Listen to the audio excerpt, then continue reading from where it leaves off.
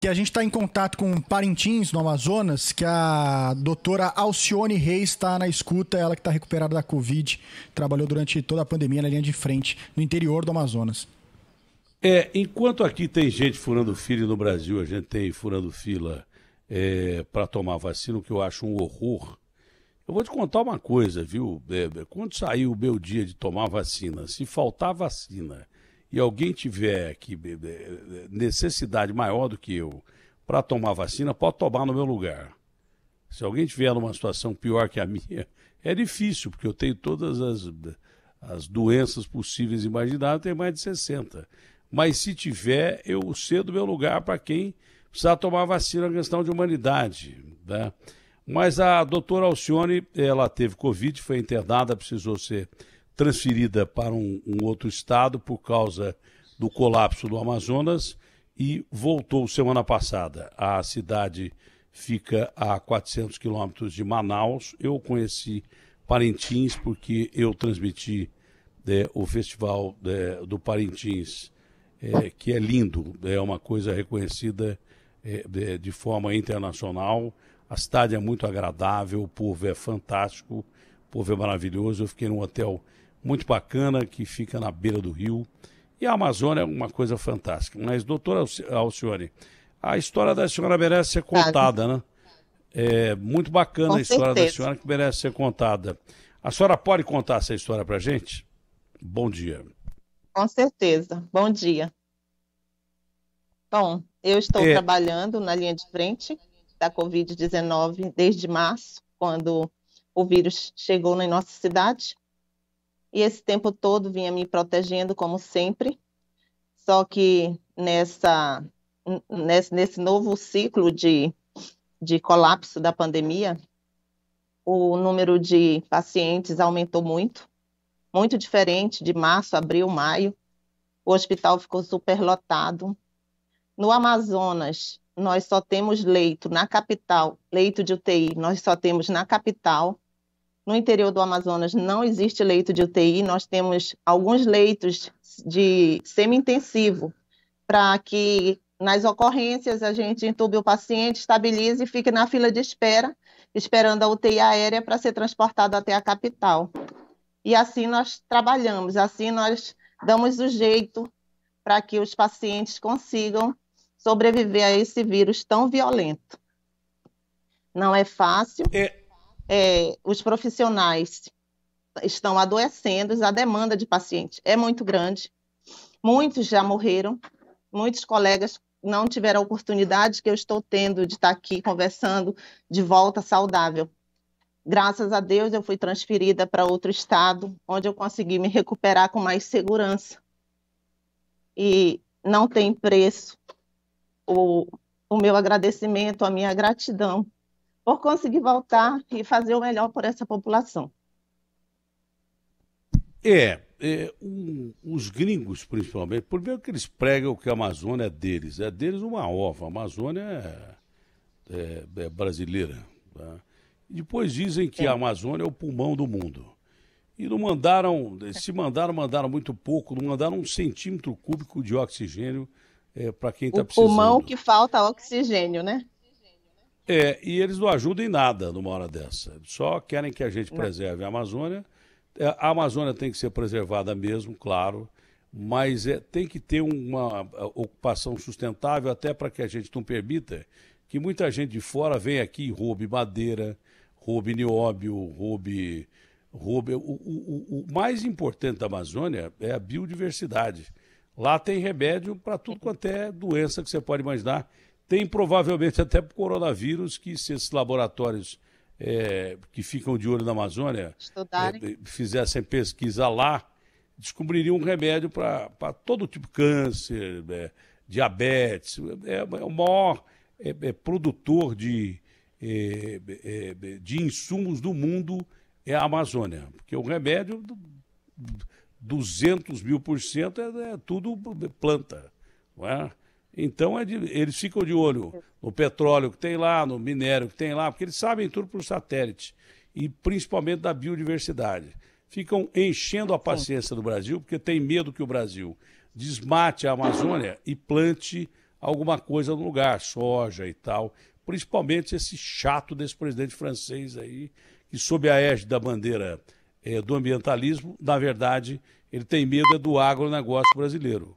Porque o agronegócio brasileiro compete diretamente com a França e superaria os Estados Unidos até 2040 se tudo continuasse normal, se não fosse a pandemia. E agora não ajudaram com 1 centímetro cúbico.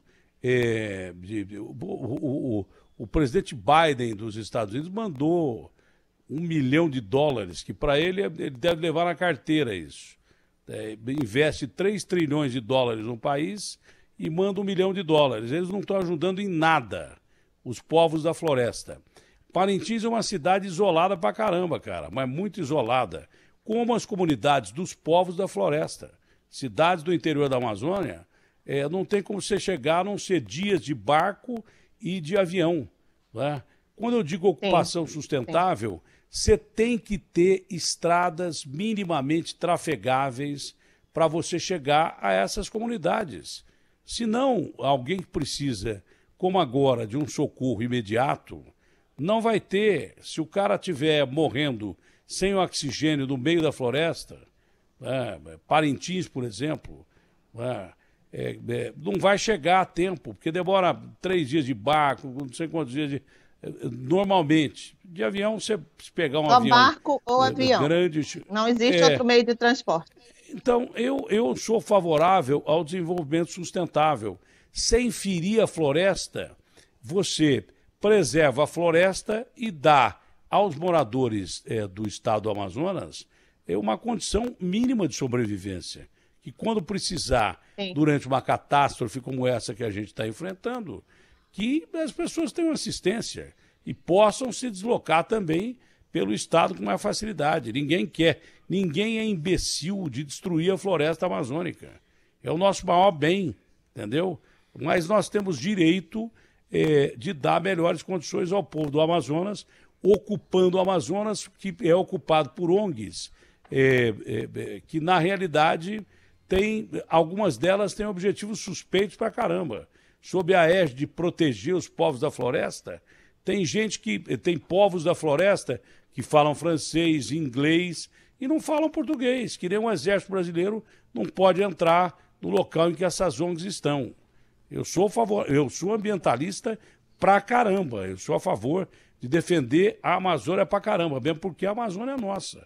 Agora, a senhora há de convir comigo que as dificuldades criadas no estado são grandes, porque esses gringos acabaram com as florestas todas nos países deles. Na França, para você achar uma árvore, você tem que correr pra caramba, porque eles acabaram com tudo quanto é floresta. É tudo plantação. Desse Macron que eu estou usando mais uma vez como exemplo. O americano não tem mais lugar lá também. Não tem mais floresta nenhuma. Então, eles querem que a gente preserve a nossa. É justo preservar a nossa floresta. O Brasil é o país que mais preserva não só a floresta amazônica, mas o seu território inteiro. Mas numa pandemia como essa, fica muito difícil você ajudar os povos da floresta que estão morrendo com falta de oxigênio.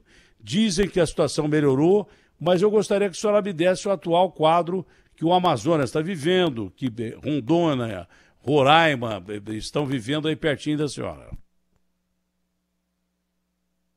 Hoje, Datena, nós temos pacientes espalhados pelo Brasil inteiro.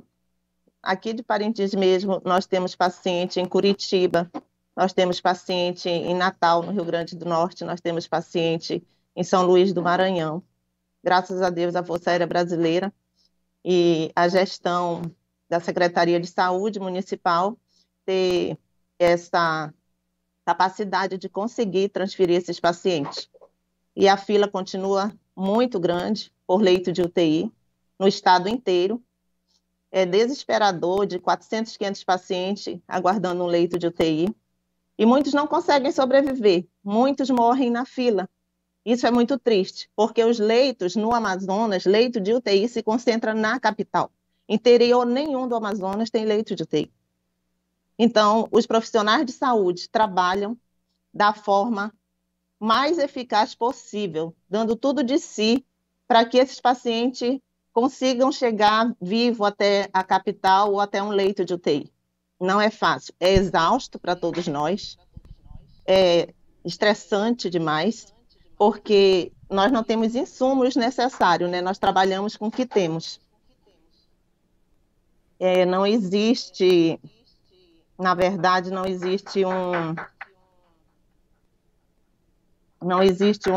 uma responsabilidade coletiva. Se existisse essa responsabilidade, tivesse mais investimento na saúde, porque nós estamos no Brasil profundo.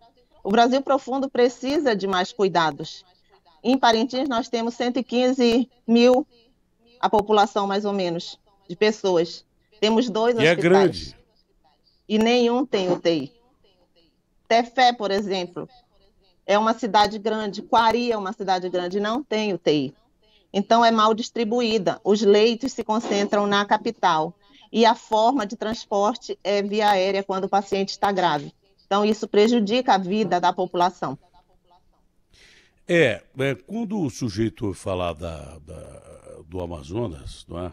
Aliás, esse é um erro nosso de ensino, o cara acha que só tem índio, floresta e Manaus. Não, não tem. Quari, por exemplo, é um centro de distribuição de gás importante para o Brasil inteirinho, para a América do Sul. Quari é onde tinha um prefeito ladrão e pedófilo. Acho que foi preso e solto e tal. Quari é uma grande cidade. Tefé é uma grande cidade. Parintins tem 115 mil habitantes. É uma grande cidade para o estado do Amazonas. Então não existe só reserva indígena, e essa é quase que inacessível. As reservas são lá perto da fronteira com o Peru, Equador e daí por diante. Mas existem várias cidades da floresta amazônica. E esses povos, segundo a doutora, nenhum hospital tem UTI. Moral da história, hoje em Parintins, por exemplo, tem 115 mil habitantes. Tem gente morrendo sem oxigênio na fila nesse momento em Parintins? Nesse momento não, porque o prefeito da cidade agiu rápido. Ele, antes de colapsar o sistema, ele comprou uma usina. A usina chegou a tempo na cidade de Parintins, foi instalada diretamente no hospital, onde é referência para a Covid-19. Então, nós não tivemos esse problema com oxigênio, graças a Deus, mas nós tivemos o problema com o hospital cheio, onde não ter onde colocar paciente. E por isso, a prefeitura, a Secretaria de Saúde e a direção do hospital conseguiu transferir esses pacientes para outros estados. Inclusive eu, foi nessa época ruim da Covid, em atos de 15 de janeiro, que fiquei doente, precisei de leito também, como vários pacientes no corredor, em macas, aguardando leito, mas problemas com o oxigênio nós não tivemos. O prefeito da cidade, ele deu essa prioridade, ele está acompanhando de perto, Ainda ele bem. vai nos hospitais, e a gestão com relação à saúde dele, graças a Deus, é bem voltada para a saúde. Ainda bem, porque se não tivesse essa usina de oxigênio aí, com certeza a senhora responderia sim, tem sim, da Atena morrendo, gente aqui na fila de espera. É porque o hospital foi desafogado e mesmo com a usina aí, se parte dos pacientes de Parintins não tivesse sido transferida para outros estados, mesmo com a usina não atenderia a demanda, porque é muita gente contaminada. Esse vírus é terrível. Muita gente precisando de oxigênio, muita gente precisando de leito de UTI. Se essas pessoas não tivessem sido transferidas, mesmo com a usina, teria morrido gente ou estaria morrendo gente agora aí. Quais são as cidades mais afetadas que a senhora sabe no interior do Amazonas? No interior do Amazonas temos Tefé, que teve um índice de morte altíssimo por falta de oxigênio. Quari também, que não tinha oxigênio. E são cidades distantes, onde passa dias viajando de barco para poder chegar o oxigênio até essas cidades. E no Alto Solimões também, muitas cidades foram afetadas. Imagina o Alto Solimões, que é um lugar quase que era inacessível. A cena que nós tivemos em Manaus, que é uma capital, né, mas é aquele detalhe, tudo quanto é caso converge para Manaus, das reservas indígenas, das cidades do interior. Então, por isso que colapsou o sistema lá em Manaus. O caso do rapaz que chega com um pai, um irmão e uma irmã, chegam com o pai da porta do hospital, o pai morrendo, sufocado ali em cima da maca, e o segurança não abrindo a porta do hospital para ele entrar, porque dizendo que não tem oxigênio. Não é por nada, o segurança recebe uma ordem e cumpre rigorosamente. Mas é claro que aquela cena podia ter sido evitada para deixar pelo menos o rapaz entrar dentro do hospital, porque ali talvez não fosse nem sobreviver, provavelmente não iria sobreviver, mas teria uma morte mais digna, sei lá, seria sedado e tal. Aquela cena do segurança com a porta fechada e o rapaz morrendo na frente do filho e da filha ali foi terrível. Foi terrível. Né? Foi lamentável. Mas a senhora considera que a situação está melhorando ou não daqui para frente? E tem essa cepa, né? Essa variante não pode nem ser chamada de variante de Manaus, mas a variante foi sequenciada aí. Essa variante, eu acredito que ela é muito mais potente que a primeira variante que teve no Amazonas. Ela evolui rápido, ela mata rápido. Não existe idade para essa variante. Mata criança, mata jovem, mata idoso. E evolui rápido, porque eu tiro por mim. Eu tive 4 dias de sintomas, em 4 dias eu tive 40% de comprometimento pulmonar, falta de ar, de não conseguir ir no banheiro sem o oxigênio. Com a variante nova? Sim. Foi isolada ela é muito com a perigosa. Variante nova. Ela foi sequenciada em Ribeirão Preto, lá na USP, estudada. A USP de Ribeirão é referência nacional e até mundial. Ela cresce 3 vezes mais rápido do que a variante comum do coronavírus. Sim. Estavam estudando se ela é mais letal. A senhora, por ter tido a variante e por ter observado em campo a variante, diz que ela é mais letal. Ela é mais, não só virulenta, se espalha com mais velocidade, como ela mata mais rápido. Mata mais rápido, com certeza. Eu digo por mim. Eu tive a oportunidade de estar viva, onde muitos não tiveram. As pessoas, os pacientes que têm comorbidade, as chances são menores. E há várias mutações no mundo inteiro, algumas que a gente nem sequenciou.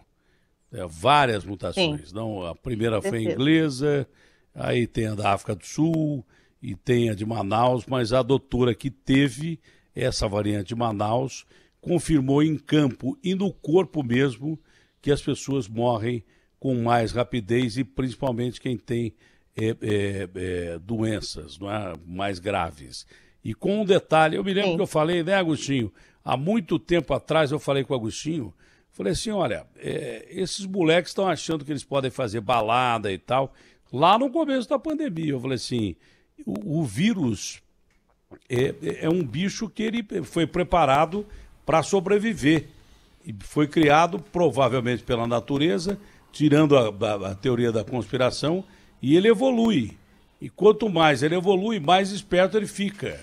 Então ele se preparou, que são as variantes, ele se preparou para se espalhar com mais rapidez, não é? E por consequência está matando com mais rapidez também. Esse é o detalhe. Eu disse, já esse vírus, para a molecada que está indo em balada, em festa, já esse vírus não vai matar só velhinho, não. Ele vai se adaptar para matar, até porque vai contaminar mais, gente mais jovem, que é o que está acontecendo. Além da letalidade dele se espalhar mais rapidamente, ele cresce muito mais, né? Muito com mais rapidez. A senhora percebe que a faixa etária que ele está atacando e matando é menor? É jovem. Muitos jovens já morreram com essa nova cepa. Que idade mais ou menos? Sem comorbidade. 22 anos, 20 anos, de 20 a 30, a maioria. Olha, aviso aos navegantes que fazem baile funk, festa de rico, Essa variante que já está aqui em São Paulo, foi detectada em São Paulo, está entre nós, ela mata jovens de 20, 22 anos e não precisa estar doente. Então, na hora que você for fazer uma festinha e acha que vai matar só seu pai, sua mãe, seu avô, sua tia, o avô dos outros, você está na reta para morrer também, porque a doutora já teve essa variante e observou que jovens de 20, 22 anos estão morrendo com essa variante de Manaus e com um detalhe, sem doença alguma. Então já não tem mais para ninguém. Alguma. É bom se preservar. Doutora, o problema é grave, por exemplo, a gente vê a senhora, que é uma pessoa importante pra caramba, né? Com tão poucos profissionais de linha de frente, e aqueles que têm coragem mesmo de ir para a linha de frente. A senhora, quando teve que deixar Parintins para ser atendida em outro lugar que houvesse oxigênio, não só um paciente corria risco, como milhares corriam risco, porque a senhora não estava aí. Então, quando o bicho colapsa o sistema de saúde e acaba pegando médicos e enfermeiros, muitos médicos e enfermeiros já não estão mais aí, porque estão em outros estados que foram atingidos, não? Pela doença, sim. Aí o que acontece nesse momento, né? Sobrecarrega os que ainda existem, os profissionais que ainda estão saudáveis, que tem que trabalhar no lugar dos que estão doentes. Isso é exaustivo demais, não só médico, como enfermeiro, técnico de enfermagem, toda a equipe, fisioterapeuta, todos ficam sobrecarregados. Doutora, o que é que a senhora observou? Porque toda tragédia tem alguma coisa positiva. Tem alguma coisa que dá para você, principalmente trabalhando na linha de frente. É a mesma coisa que eu ficar falando de ônibus, né? Eu falo de ônibus pelo que eu ouço o cara que usa o transporte coletivo falar, que é uma droga. Mas eu mesmo não pego ônibus. O secretário mesmo também não pega ônibus. O secretário de transporte coletivo devia pegar ônibus, tá? E daí por diante. Mas a senhora que está no campo, tem alguma coisa positiva que a senhora observa na evolução dessa pandemia ou não? Olha, eu não vejo muita evolução, porque o que eu vejo? Esse vírus, ele é uma doença de responsabilidade coletiva. Uma responsabilidade coletiva da população, dos profissionais de saúde, dos governantes. Então, todo mundo tem que colaborar. E a forma de conter essa doença é isolamento social, evitar festa, evitar aniversários, mas muitas pessoas ainda não caíram em si. Continuam fazendo aglomeração, continuam fazendo festinha de aniversário como se o vírus não existisse. Então, tem que haver a contribuição de todos, mundialmente. Não estou falando só do Brasil, estou falando mundialmente. Todos têm que colaborar para a contenção do vírus. Porque enquanto houver um vírus em qualquer lugar mais longínquo do planeta, o mundo está sob a perspectiva de viver novas ondas de coronavírus e com mutações mais sérias e se elas se tornarem mais sérias, nós corremos o risco de uma coisa chamada extermínio, que a gente só ouvia falar em filme. Então, porque o vírus é uma coisa lógica, né? O vírus surgiu de uma pessoa. E nós estamos caminhando para isso. Nós estamos caminhando para isso. Quem diria que o vírus que nasceu na China ia chegar no Amazonas, em Parintins? É o que eu digo. E ele surgiu com uma pessoa, não surgiu com duas, surgiu com uma. Então, a partir de uma, virou essa história que nós vemos aí de milhões de mortos, pandemia. Mais de 2 milhões de mortos, contaminados, crescendo cada vez mais, quase 100 milhões de contaminados. A gente tem que lutar contra o vírus em qualquer lugar do mundo. É por isso que eu acredito que a desigualdade, nesse caso, ela vai continuar sendo perniciosa, mas até os países mais ricos entendem que enquanto houver vírus em qualquer lugar, eles mesmos estão sob o perigo de correr novas ondas. É por isso que eles vão nos ajudar e ajudar os países mais pobres. Não é por questão humanitária, não. Eles pensam primeiro no deles do que no nosso. Mas como o deles depende do nosso, eles vão ajudar a gente. Doutora, parabéns pelo seu trabalho de milhões aí ao redor do mundo que se colocam em risco. A senhora teve 40% do pulmão comprometidos e a senhora teve sequelas? Tem sequelas ainda da doença? Sim, sinto cansaço a pequenos esforços e muita dor na costa. É uma das sequelas que fica da doença. Não passa assim de um dia para a noite, é dias, porque eu tenho paciente que teve o vírus em março e até hoje relata esse cansaço, essa dor, essa fadiga no corpo. É uma sequela que fica da doença. E vai saber quanto tempo fica e se vai passar. E vai saber se verdade. Outras mais terríveis não vão surgir aí com o decorrer do tempo. Tomara que não. Doutora, parabéns mais uma vez, foi ótimo conversar com a senhora. Um beijo grande aí ao povo de Parintins, que é um povo maravilhoso. Quero tá deixar bom? uma mensagem para o povo brasileiro sobre a responsabilidade coletiva com relação à Covid-19, aos governantes, para que eles possam investir mais verbas na saúde a partir de agora, porque esse vírus pegou, na verdade, o Brasil desprevenido. Investiram em estádios de futebol e cadê os hospitais, né? Então, hoje nós precisamos de hospitais, de leito de UTI, e não temos.